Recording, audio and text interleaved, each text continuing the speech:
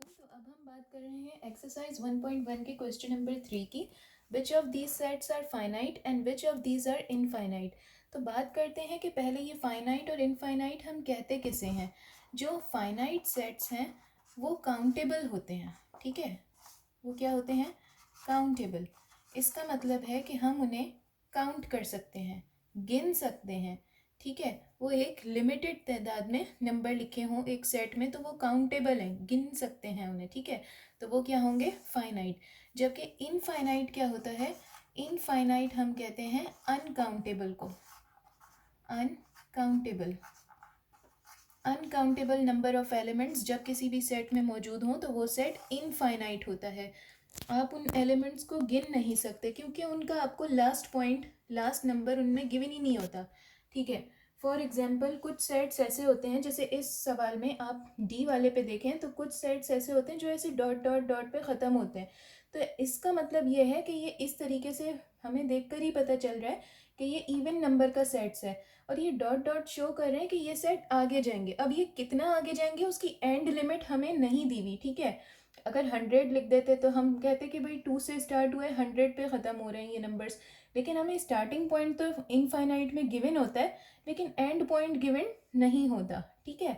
अब हम बात करते हैं इसके पहले सवाल की। बताना है हमें कि कौन से सेट्स फाइनाइट हैं और कौन से इनफाइनाइट हैं, ठीक है।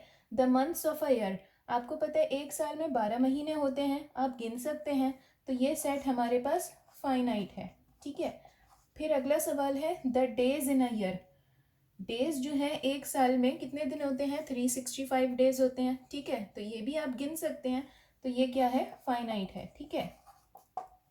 The students of your class, आप किसी भी क्लास में पढ़ते हो, ठीक है। आप अपनी क्लास के बच्चों को काउंट कर सकते हैं। एक लिमिटेड अमाउंट में एक क्लास में बच्चे मौजूद होते हैं, तो students of your class finite है क्योंकि आप उन्हें काउंट कर सकते हैं, ठीक है।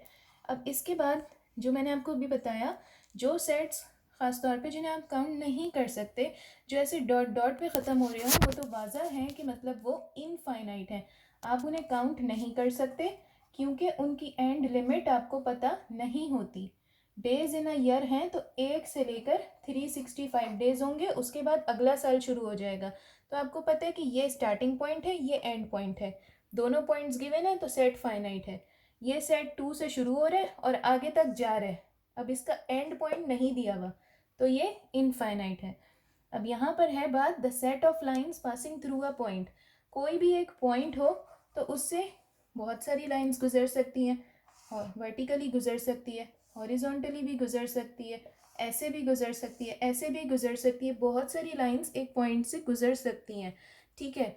तो अगर हमसे ये पूछा जाए कि क्या हम एक पॉइंट से गुजरने वाली लाइंस को काउंट कर सकते हैं, तो हम कहेंगे नहीं काउंट कर सकते। अनकाउंटेबल लाइंस एक पॉइंट से गुजर सकती हैं, ठीक है। लेकिन अगर हमें कहें कि हम आपको कोई से 2 पॉइंट्स दे रहे हैं, ठीक है, कोई से 2 पॉइंट्स दे रहे हैं, इनके दरमियान गुजरने वाली लाइन आप काउंट कर सकते हैं। आप बोलेंगे हाँ एक ही तो है, ठीक है। अगर वो पॉइंट्स वो आपको ऐसे दे दें, हॉरिजॉन्टली ना दें, वर्टिकली दे दें कि ऐसे पॉइंट हैं, तो भी इनके दरमियान एक ही लाइन है, ठीक है, आप काउंट कर सकते हैं।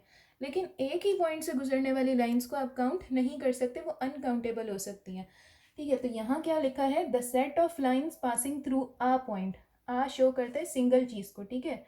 तो the set of lines passing through a point, एक पॉइंट से जो लाइंस गुजरती हैं वो अनकाउंटेबल होती हैं, इसलिए ये सेट जो बनेगा वो इनफाइनाइट होगा, ठीक है। फिर ये हमारे पास क्या है? The set of lines passing through 2 given points. 2 points कोई से भी वो आपको गिवन हो, उनके दरमियान जो लाइंस गुजर रही हों उनको आप काउंट कर सकते हैं, तो ये सेट क्या है? फाइनाइट। अब नेक्स्ट वीडियो में हम इसके क्वेश्चन नंबर 4 की बात करेंगे।